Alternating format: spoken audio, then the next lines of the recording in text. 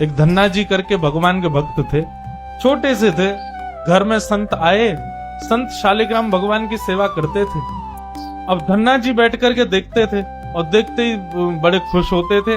कभी दही से स्नान, दूध से स्नान, पंचामृत से स्नान, जल से स्नान इत्र आदि लगा के, तिलक लगा के उनकी आरती पूजा, तुलसी अर्पण, ये सब देख करके धन्ना जी को बड़ा आनंद आता था। अब भले ही खेल के रूप में सही, धन्ना जी को बड़ा मन लगता था उससे। कुछ दिन बाद संत जाने लगे तो धन्ना जी रोने लगे, बोले कि आप तो चले जाओ लेकिन अपने ठाकुर जी मुझको दे जाओ, उनकी सेवा मैं करूंगा। अब तो इतना रोए, इतना रोए, इतना रोए धन्ना जी कि संत का निकलना मुश्किल हो गया।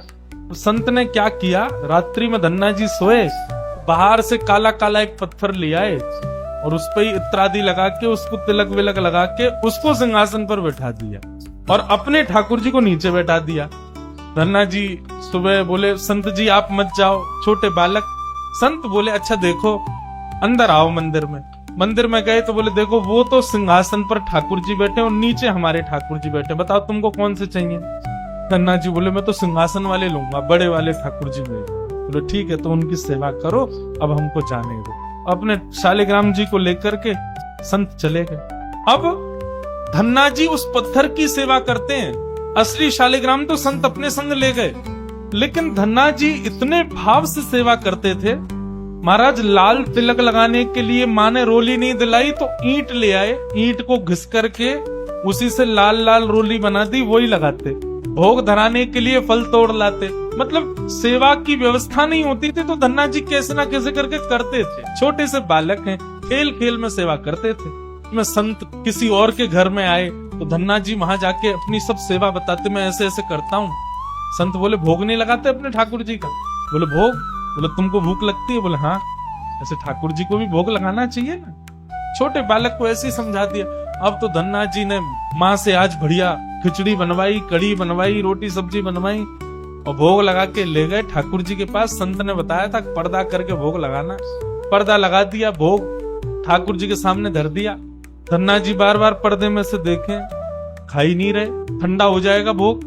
ठाकुर जी खा लो जल्दी से, देखो बढ़िया गरम गरम कड़ी लाया हूं और खिचड़ी बनाई, मैया ने घी डाला उस पर, पालो प्रेम से। बहुत देर हो गई, ठाकुर जी नहीं पाए तो धन्ना जी वहीं लेट गए। बोले आप नहीं पाओगे तो मैं भी नहीं पाऊंगा, मैं भी भूखा ही रहूंगा फिर। अब इतना सहज सरल प्रेम धन्ना जी का, भूखे प्यासे धन्ना जी पड़े हैं नीचे, छोटा सा बालक है, ठाकुर जी से देखा नहीं गया। इतने में ही महाराज लेट गए धन्ना जी, उनको चटकारों की आवाज आने लगी। चटकारे, जैसे कोई आदमी को ज्यादा स्वाद आए तो अपनी उंगलियां चाट। धन्ना जी बोले, ये चटकारे कहां से आ रहे हैं? जैसे ही पीछे देखा पर्दा खोल करके तो नन्हे से बाल गोपाल प्रकट हो गए हैं और धन्ना जी के सुंदर प्रसाद को स्वीकार कर रहे, पा रहे हैं। असली शालिग्राम नहीं थे धन्ना जी के, पत्थर की सेवा करते थे, लेकिन भाव और विश्वास इतना ठाकुर जी के प्रति, ठाकुर जी प्रकट हो गए। अब धन्ना जी थोड़े बड़े हो गए तो घर की गैयाएं चराने जाते थे और अपने ठाकुर जी को जेब में धर के ले जाते थे। गैया जब चरती थी तो पेड़ के नीचे बैठ के ठाकुर जी को निकाल लेते और कहते, ठाकुर जी अब कोई ना आए, प्रकट है जाओ। तो ठाकुर जी प्रकट हो जाते, धन्ना जी के साथ खूब लीला करते।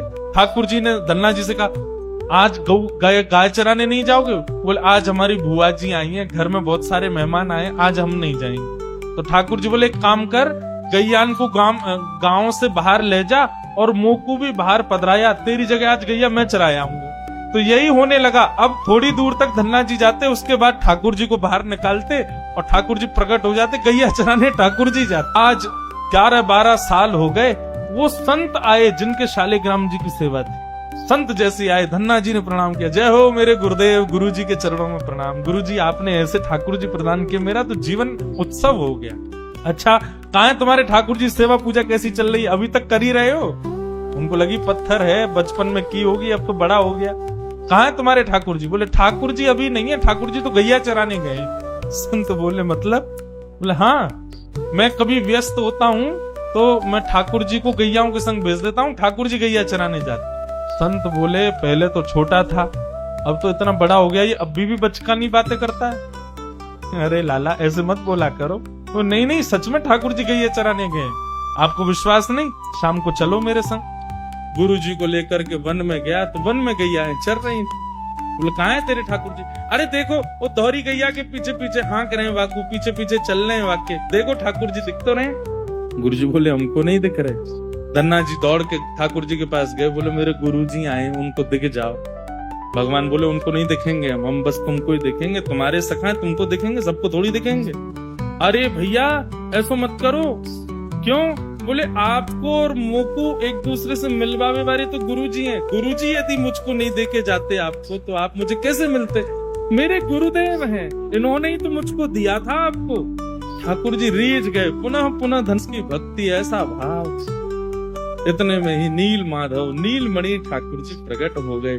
दूर खड़े गुरुदेव के एक एक रोम बिलखने लगा, रोने लगे और धन्ना के चरणों में प्रणाम किया। बोले हम सच्चे शालिग्राम से प्रकट नहीं कर पाए, तूने सामान्य पत्थर से प्रकट कर दिया ठाकुर। हम अष्टयाम सेवा से प्रकट नहीं कर पाए और तूने सामान्य पत्थर घिस घिस के तिलक लगा के प्रकट कर दिया ठाकुर जी को। हम 56 भोग पधरा करके ठाकुर जी को प्रकट नहीं कर पाए, तू बेसर की रोटी खवा के ठाकुर जी को चटकारे दिलवा।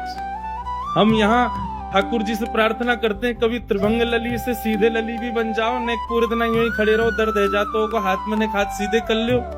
तू ठाकुर जी से गैया चरवा रहा है अपनी। धन्य है धन्ना तेरी भक्ति को।